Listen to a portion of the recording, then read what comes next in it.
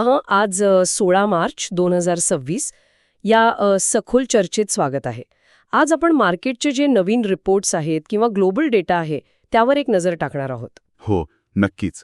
आणि आजचा विषय खरं तर खूप रंजक आहे.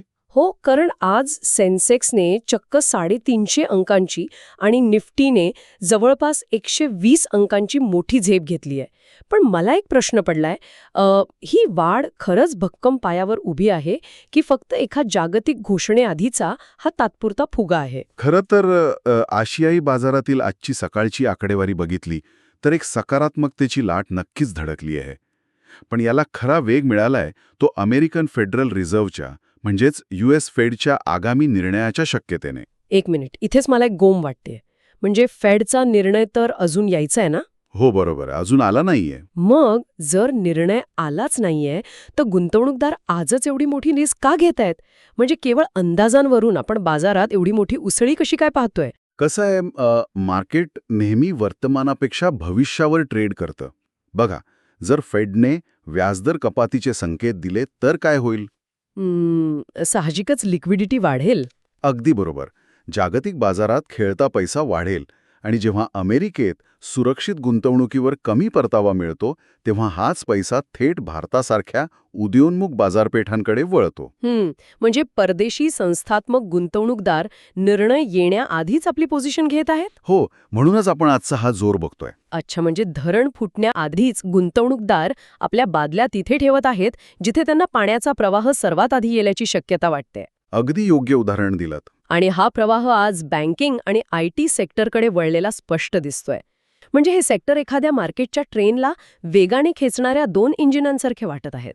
हो, कारण जेव्हा परदेशी पैसा बाजारात येतो तेव्हा तो सर्वात आधी हाय लिक्विड आणि लार्ज कॅप शेअर्समध्ये जातो.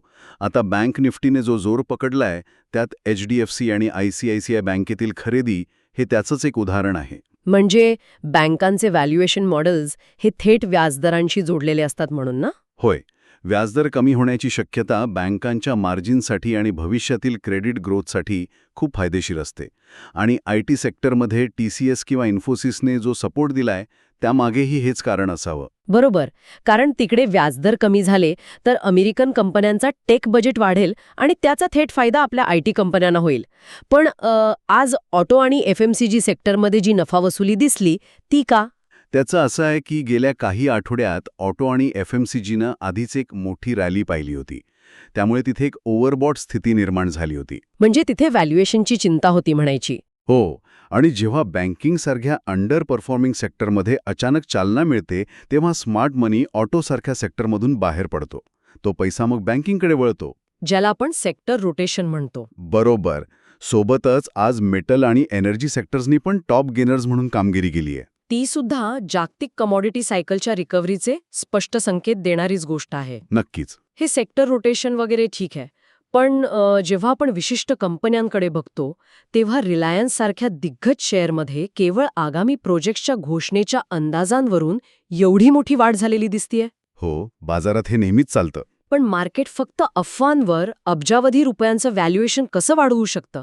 मला हे थोडं अजब वाटतं. म्हणजे मार्केटमध्ये बाय ऑन रूमर आणि सेल ऑन न्यूज ही स्ट्रॅटेजी सतत काम करत असते. रिलायन्सच्या बाबतीत त्यांच्या न्यू एनर्जी किंवा रिटेलमधील संभाव्य व्हॅल्यू अनलॉकिंगची अपेक्षा गुंतवणूकदारांना आहे.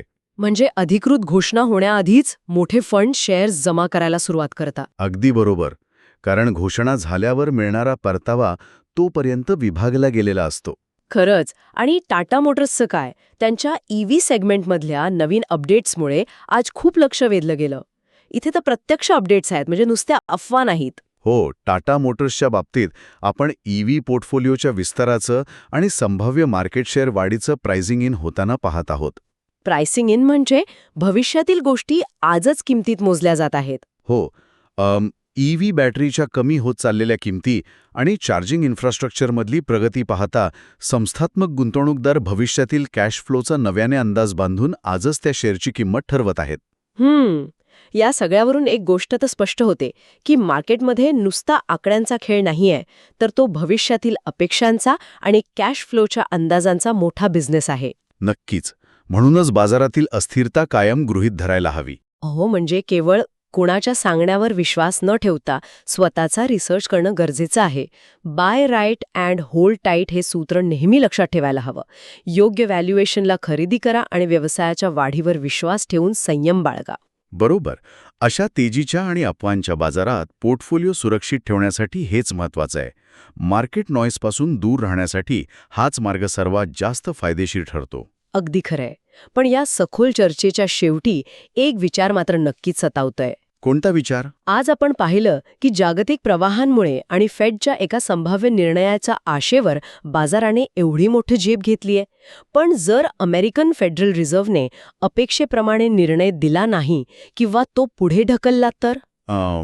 हा एक मोठा धोका आहेच. हो, कारण जर निर्णय पुढे ढकलला गेला तर आजचा हा प्रचंड उत्साह म्हणजे केवळ उद्याच्या आशेवर आजच घेतलेलं कर्ज ठरेल का? आणि उद्या मार्केट उघडेल तेव्हा याच कर्जाची परतफेड करावी लागली तर काय होईल याचा विचार प्रत्येकाने नक्कीच करायला हवा.